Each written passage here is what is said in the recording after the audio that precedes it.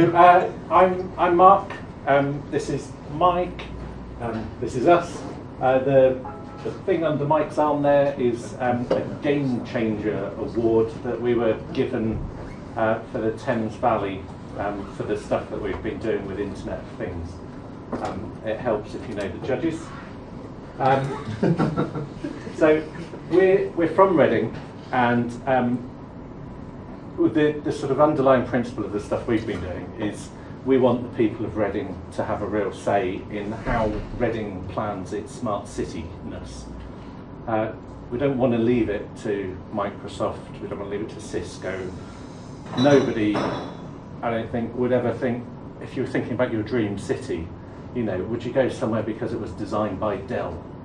That doesn't seem likely to me. I think what matters is that you have a vibrant community that is interested in what you're doing. And I think with smart cities, we don't want cookie cutter smart cities, the same sort of template. You know, Reading is not the same as Cardiff. It's not the same as Tenby, where we've been this weekend. Birmingham and Brighton have very different needs. And I think the smart cities and the nature of the smart cities needs to reflect that. Otherwise, it will be like every town centre that has the same block paving, the same chain stores, except in a smart city world. And I think that would be a shame and a missed opportunity. And I think it's really important that if we do stuff with all this Internet of Things, that we actually sort of build on the distinguishing features of each town and each city, and you know, make them better places. So we've sort of been campaigning for this for quite a while. We were inspired, a couple of things. Oxford Flood Network has done this community project back in 2014 where they built these ultrasonic flood sensors that they've glued to the bottom of bridges around Oxford, and it measures the water level. Obviously it can't stop floods, but what it can do is warn the residents when the water's rising, so they can move their valuables upstairs or out of the garage and save themselves a lot of heartache. So that was one inspiration for us. And then, as I think Richard said at the start, the second one is these two guys in Amsterdam who had built an Internet of Things network across the city of Amsterdam in a matter of weeks. What I liked about it was that it cost them about €10,000 to cover an entire city with a network. And I thought that was incredible. And it was a crowdsourced thing that they'd done. And I basically thought, well, that's something we could do in Reading. There are enough geeks. Reading is smaller than Amsterdam, so it probably wouldn't cost €10,000. And so I think it was, November 2015, did a talk at something called Reading Geek Night, which is very much like this.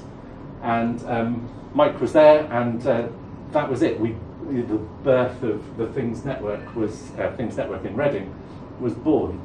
And so we started it, we got a logo and everything. But we weren't alone, and I think you've seen from Kevin the map earlier, but the Things Network itself is a much bigger thing than Amsterdam now. So it's in 78 countries, and there's well over 30,000 people involved in it, and more than 3,000 gateways around the world. In the UK, we've got 63 communities, 250 odd or more gateways. I think there are 270, Kevin? Yeah. So, just to put this in perspective, when I last did this talk, which was in February, there were not 200 gateways. So it was just shy of 200, and there was 40-something communities. So just in a few months, it's been growing well, and it's growing very nicely. We, the three of us, have been doing some work up here in Carnarvon with an agricultural college there, teaching farmers about the Internet of Things, getting them to come up with ideas. It's been a lot of fun. Everyone know what a LoRaWAN network looks like? No? Would it help if I just explain this very quickly? So when we talk about a Things network, we talk about sensors, so the things that, you know, track your pet, detect whether there are floods happening, measure the temperature of a fridge, tell you where your lorry is. Those sensors talk over wireless to a gateway. This is a LoRaWAN gateway. This is an indoor version. It costs €250 to buy now. And this is what the Things Network started doing. It did a Kickstarter to get this built, and eventually they built one. And yeah, they've brought the price right down. So when Mike and I started, to get the equivalent of this cost about £500. So they've halved the price through their Kickstarter thing. So they've really created quite a lot of pressure in the market to bring the prices down. And now you'll find companies like Multitech and Curlink, which were the two of the big providers, all have indoor gateways now that are just a couple of £100. You can also build your own. This is one that we did in a workshop in Amsterdam at the end of January. This is less than £200 to build. It took, I think it was about an hour and a half workshop, so not a difficult thing to achieve. Anyway, so you've got all your sensors scattered out across the city, talking over wireless, as Kevin's explained, over kilometres of distance, so not like Wi-Fi, but over kilometres of distance to gateways, and then the gateways all feed back to the Things Network server, and then your applications, so your dashboards and things, hang off the back of that. The thing that makes the sensors, the thing that makes LoRaWAN attractive, I suppose, apart from the distance that you can cover, so the range, is the battery power of the sensors. So something like this beauty. This is a homemade. It's an intruder detector for my van, and the battery in here has been the same battery since September last year. It still works. And this will be good for a year, this battery. And the idea is that the batteries in these things will last years. Sorry, I hope you don't mind a bit of show and tell. This is a gate sensor, so it's got two contacts here. It's a professionally built thing in Italy, and the battery in there is good for 3 years. I get if you close the gate like that, you could probably knock it down from 3 years. But that's the idea, is that the battery will last for 3 years. This thing, which is the smallest one that we've used, this lives on some buses, and it does temperature, does humidity, and it does motion. So it will know if the bus is moving, it will tell you how hot the bus is. And there's a tiny battery in there that is meant to last a year, but we're monitoring it at the moment, and it's not going to last a year. We reckon it's going to last a few months. But then it's taking measurements every 15 minutes, and it's tiny. And the antenna's interesting. It's all folded around. There you go. So that's the technical bit. Is that okay? Can I ask a quick question? Yeah. So what is the network server? Is that something that you've got running on your gateway, or is it some centralised thing that they run for you? So it's some centralised thing that they run for you, but it's open source, and if you've got a server, a Linux server, then you can run it yourself. I've actually got my laptop dual boots, and I've got a version of it that runs on my laptop. But the Things Network itself is a network server, or a cluster of network servers. They actually want a decentralised network. So it started off very much Amsterdam-centric, but now there are clusters in Australia, there's one in Switzerland, and I think this year there'll be one in the UK as well. So who runs those? Would that be Reading would run their own cluster? We could do. Would run their own, or is it something you'd expect to happen in the UK that happen? I think it could be both, actually. Certainly, if you're a private organisation, I don't know what Cardiff has for transport, but if there's a Cardiff bus company might decide it wants to run its own network server, it can do that. There's a commercial model from the Things Network.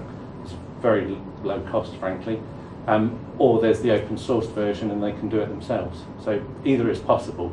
In Reading, we are connecting up to the Things network in Amsterdam, as Richard is here, which means that any of my sensors here can talk to any of the gateways in Cardiff, and they work. They just work, and the applications take all the data. Thank you. Okay. Okay. So how the data gets to your particular application server? right. Okay. So this bit here. From the network server to my applications, there are several different APIs from the Things network. You can use HTTP, so an HTTP request to get the data. We mostly use MQTT. So the Things network will publish our data. We've got security keys that we use to authenticate with that and subscribe to the feed. And then I've got a collector that takes the data and stores it in the database. But you can connect it straight into some online dashboards, like All Things Talk Maker is a free to use dashboard, and it will just integrate straight into the Things network. How do you provision the device with your key? I mean, because you need to know. I mean, I don't want my data to be stolen, right? Right, I can explain that to you. It's not in this talk. Oh, okay. No. But there's two ways of doing it. One is you put all the keys in the device, which is great if you're doing individual devices, but useless if you're trying to mass produce them, because the work involved is horrendous. The other way is something called over-the-air activation, where you put a certain key in the device and then it negotiates for session keys when it joins the network. So it goes through a join process. But happy to show you afterwards. Okay. Yep. All right. So I thought I'd talk about what worked for us in terms of growing a community in Reading. The first thing was to use the existing hubs and meetups that exist in Reading, and I'm sure exist in Cardiff. So we have a monthly geek night, which has kindly allowed us to talk. There was a co-working space, which I guess is like Barclays Eagle Labs, called Grow at Green Park, where we were given some desk space and allowed to work with some students there for a project over the summer. There's Reading Hack Space, which has been tremendously supportive, or members of the Hack Space have been tremendously supportive throughout, and a great source of knowledge as well. So my RF knowledge is zero, there is none. But luckily there are some very knowledgeable people around. Similarly with circuit board design. I'd never designed a circuit board before, and yet. I'll hand this one round. This is the first thing. So I want to refute this guru label. This is the first thing that I got to build. And it's a prototype. It was, well, in fact, if any of you can guess what it was designed for, I will be very impressed. I was going to say I'll let you keep it, but I won't. It's very precious to me. But it's got GPS on it. This is the LoRaWAN radio, and then this is a little microprocessor, or microcontroller that is running a program on it. This is just a charging thing for the battery, so I can recharge the battery. But I'll pass that around. You can look at my guru status for electronics design. What is the mystery lump on the bottom? Oh. Right. Okay. So, sorry. It holds the hook. So it had an original purpose, but its more recent one has been. Well, I'll show you. I'll show you in a bit. You'll see where it comes in. Okay. So use existing hubs and meetups. The second thing has been about running workshops. So actual hands-on workshops, because if I can make something, you can make something, right? And what we think is that Internet of Things feels like something that's difficult and complicated, and radios are difficult and complicated, but in real life it's really quite simple to get started and to build something. And what worked in terms of growing the network in Reading, and this is I don't know if you can read it, so I will read it to you, but we ran our first workshop at Grow, which is the co-working space. 8 people came along, and they built, I haven't got one here, they built using Arduinos, with a shield that was put on top, which had Laura Wan on it. I really don't have that. That's terrible. I've got hundreds of things here, but not one of those. One of the people who came along bought a gateway. So that's great because that's more coverage for Reading. One of the people who came along works for Sage, which is the account software company. And luckily, she heads up innovation for Sage. And so she commissioned us to run a workshop for her innovation team at Sage, which is great. Well, it's great because they paid, but also great because to run a workshop, you need to have a gateway, right? So that's 2 gateways. They had 16 attendees came along at Sage. Half of them were marketing types, half of them were IT types. So very mixed abilities when it comes to programming Arduinos. But they all got something built and connected. They got excited, they ran a nationwide hackathon among Sage people, and they ended up presenting what they'd done at their global summit in Chicago. And it's that sort of growth that I think is really exciting when you get a well-resourced company who suddenly takes an interest and you light up their imagination and get something happening. That's really exciting. This was the Sage workshop. This is Nana. She's the head of innovation there, and that dashboard was what they were doing. So they were connecting temperature, humidity, and light, and being able to see it on a gauge, and they could do that in an afternoon. We've done some work with students as well. There's something called Green Meets Grey, which is not our project, but we've been helping with. They run challenges where they get students and businesses working together on challenges. And so we got involved in an Internet of Things challenge. One of the community from Reading Hackspace built a Laura Wan shield for the BBC Microbit, which is here, which will make an appearance again later. They had in their newsletter how excited they were about working with this. 15-year-old girls won the whole thing, which is important to us because, you know, as you can see, there are enough men interested in the Internet of Things, so it is good. It is good if we get more women involved. We've done some work with artists. So 2016 was Reading Year of Culture. So we got a bunch of artists and a bunch of geeks together and working on a project where if you had data about Reading, what art could you make from it? And there was a prize to the winner, which is Catherine there. Okay, she won the prize, and she created this. I suppose it's about the size of the telly, and it had fibre optics running through it, and it looked, to all intents and purposes, like a river, and the lights flowed through it like water would flow through it, in response to actual data about the water flow through the rivers of Reading.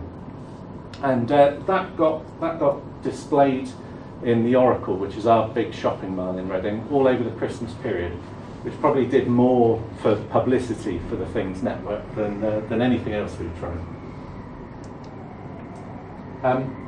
As I say, the 3 of us have been up in Wales. This is the farmers and farm students coming up with ideas on the Internet of Things. This is completely untechnical day. This is just talking about possibilities and as Richard likes to point out, their obsession with measuring the level of slurry pits. That was by far the most popular sensor idea that came up. I suspect because the students may have that as a part of their day job, so automating that would be nice. We, as I've suggested, feel building a community is important around Internet of Things. Very much trying to make it not a club for middle-aged men like our fine selves, and trying to reach other people, which is why art groups, why schools, why charities, and just trying to reach as many people as we can because of this idea that we need the people of Reading to have a say in how a smart city should work. So that was a bit on workshops. We've done some projects as well, and I'll talk through some of those quickly. The box that you've been handing around, its current job, not its original job, but its current job has been tracking the progress of the RG Spaces information tricycle. So Reading's not a tourist site, who knew? There isn't a tourist office. What there is a tourist information tricycle. And what this does is plot that on a map, so you know what events around Reading the tricycle is at, and what information it's got in it. Did anyone have any suggestions as to what this was originally for? Mapping. Yes, mapping. Oh. At high altitude blue. Oh. No.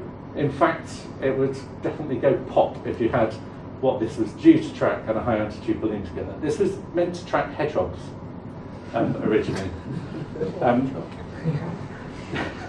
Only these bits. It was going to be about the size of Kevin's little widget that you've got out there, and it was going to be glued onto the back of a hedgehog. Unfortunately, the hedgehogs moved on, so that didn't get to happen. But instead, we got to track a tricycle, which I think you'll agree it's a more suitable size for. Annette, who runs the tricycle charity, badgered the mayor into tweeting the Internet of Things, which was a nice bit of publicity again, because she has an awful lot of followers. Okay, so I'll quickly run through some of the other projects that we've done. This was one done with students to build a device that looks an awful lot like this in a 3D printed case, done by a local 3D print company. I'll pass this around. This is what's inside it. Those of you who know Raspberry Pis will recognise it. Circuit board for this was developed by a 17-year-old. It attempts to count the number of people in a room. That's its job. It also does temperature and noise level, and the idea was that it was going to go, or it goes into venues where you've got a performance on of some sort, and it will give you data about how popular that performance is. So that art galleries or performance venues can use that data to gauge which artists are best. So you can imagine at Reading Festival, the battery-powered version of this lasts 3 days, which was part of the spec. You could have that in a tent, and it would tell you which acts were the more popular acts. So that if you're booking next year, you know who to book. It also means that if you're a museum or an art gallery, you've got some concrete evidence that you can use for bidding for funding for future events. So that was done with some students, funded by Reading Year of Culture, so the students actually got paid, which was great, and hosted at the co-working space. So this is part of using existing hubs and things like that. There's a pilot going on now, monitoring traffic lights. So Reading currently pays essentially a broadband fee per set of lights to know whether they're working or not. You can eliminate that with LoRaWAN because you don't need to, you're not paying Vodafone, you're not paying EE, you're not paying anyone for broadband, you're just using the free to use LoRaWAN network. And there's quite a lot of traffic lights in the town, so that actually works out to be quite a compelling business case. So we're doing a trial with that. I mentioned this thing that we've got strapped underneath some seats of buses, and we're hoping to do more. We're really lucky in Reading, and the Reading Bus Company is very progressive-minded. They've got amazing buses, and they're not looking, solely at saving costs. They're really looking at driving up usage of the buses. So they've put a lot of effort into making the buses more attractive for particular groups of people. So the bus that goes to the university It's got sofas in the back because students like to sit together. You wouldn't do that on a commuter bus necessarily. So they adapt for different things. So we're lucky to have them, and they're willing partners with the Internet of Things, because I think they can see the advantage of it. The thing that it's actually testing is whether the heating system works well enough on the buses or not, because customers have complained that the buses are cold, but by the time the bus gets back to the depot, it's warmed up, and the tests always show that it's okay. Whereas these sensors are giving real-time information, so they get an objective measure. So back to Reading, because we started in 2015, and we've been talking to the council for 2.5 years. I think Richard feels our pain. It's been very slow to get the council really engaged, but I'm very happy that this year they've managed it. So they've secured some funding for smart cities. They are looking to deploy a LoRaWAN network across the region. So it's beyond Reading. It's going out, I don't know if you know the area, but Newbury and Bracknell and Wokingham and Reading are all going to be covered by a LoRaWAN network, which I think is really exciting. And a big portion of the fund that they've secured is going to go to community challenges, because they want to encourage local innovation. So it's going to essentially help develop some Internet of Things projects for the town. So it is about persistence, you know, and just carrying on. There is enthusiasm there. You've got to find it. Ours luckily comes from transport. I don't think the rest of the council is that aware of Internet of Things necessarily, but transport's very positive about it, and that's great. We've been able to encourage that and work with them, and patience, and it looks like it's paying off. So that's really it as a summary. These are the things that have worked for us. I think they will work for you.